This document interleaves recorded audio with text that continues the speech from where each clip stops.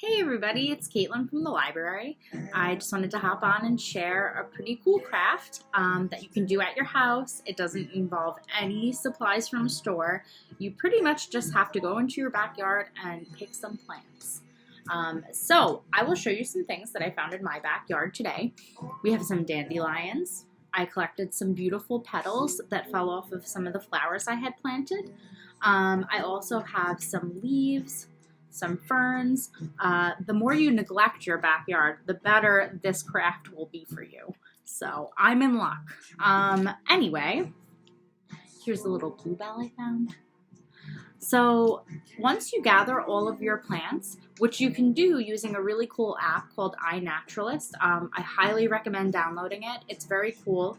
It lets you take your cell phone and take pictures of any plants that you find in your backyard. And once you upload them, it will identify the plant for you.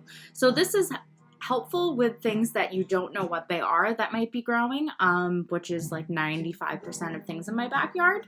So here's another little pansy I found.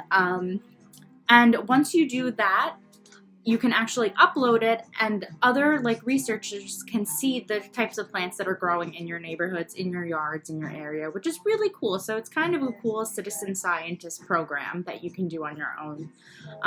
It also is helpful because it keeps you safe from things like poison ivy or other poisonous plants that you can encounter in your backyards or in the local parks or wherever you're going to be foraging for some plants. So check it out while you do this, and then you're going to bring all of your stuff into your space. As you can see, I have just a bunch of things I've collected outdoors. And you can do a couple things with your plants once you collect them. If you have more leaves and ferns, I would recommend doing some leaf rubbings. That is a really cool project. It's actually a wonderful project to do in the fall time as well when you have a bunch of crispy autumn leaves. But for now, I'm just going to put a couple over here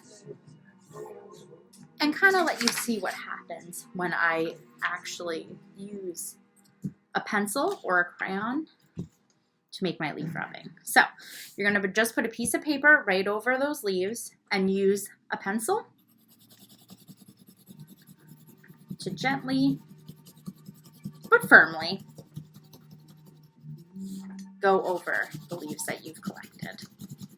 So I'm going to do that 3 times with everything that I've collected. And I'm going to show you what it looks like because it's pretty beautiful. So you can see that I have 3 different leaves here and they actually came up pretty clear. It takes a little bit of experimentation to kind of see what looks best.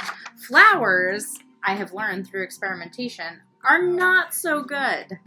So if you do happen to have more flowers than leaves and ferns and things like that in your backyard, no biggie. There's still something you can do that's pretty cool.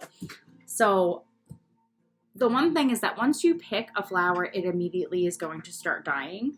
So you want to make sure that you can preserve them for as long as possible. 2 really easy ways to do this is to flatten them, to press them. So all you would do for that is to put it in the pages of a book, shut it, put some extra weight on it, like a mug or a vase, and then in a couple days you take it back out and it should be completely flattened. This also helps preserve the color for longer, especially if you're taking it out of the sunlight, which is going to kind of take away that beautiful color that you might have in petals or flowers. Another thing that you can do if you don't want to flatten your flowers is you can collect them by their stems, tie a little bit of string around it. I just have embroidery floss. And you're going to hang them upside down. So you want to hang them somewhere outside of light because you really don't want the light to deteriorate the color of your flowers. It's like a closet is a really good place to hang your flowers while they dry out. And once you do that, you're just going to hang them upside down in a dark place for about a week or 2. And when you get them, you just want to make sure that all the moisture is gone from your flowers. Then they're dried out, preserved, and you should be able to use them forever, which is very cool. If you are going to press flowers, one really awesome thing that you can do is you can make beautiful artwork with it. So here's one thing I just did on my own. Sorry about this glare right here. I pressed some flowers and I cut out a white background and I put them in a picture frame. This also looks really, really cool if you have like one of those glass frames that has glass on both sides, because then you can kind of see through the flower. It's pretty beautiful. But a dollar store frame will totally work for you if you want to just put it in any picture frame that you have lying around your house. So go in your backyard, try it out, take some pictures of what you make. I'd love to see it, and have fun.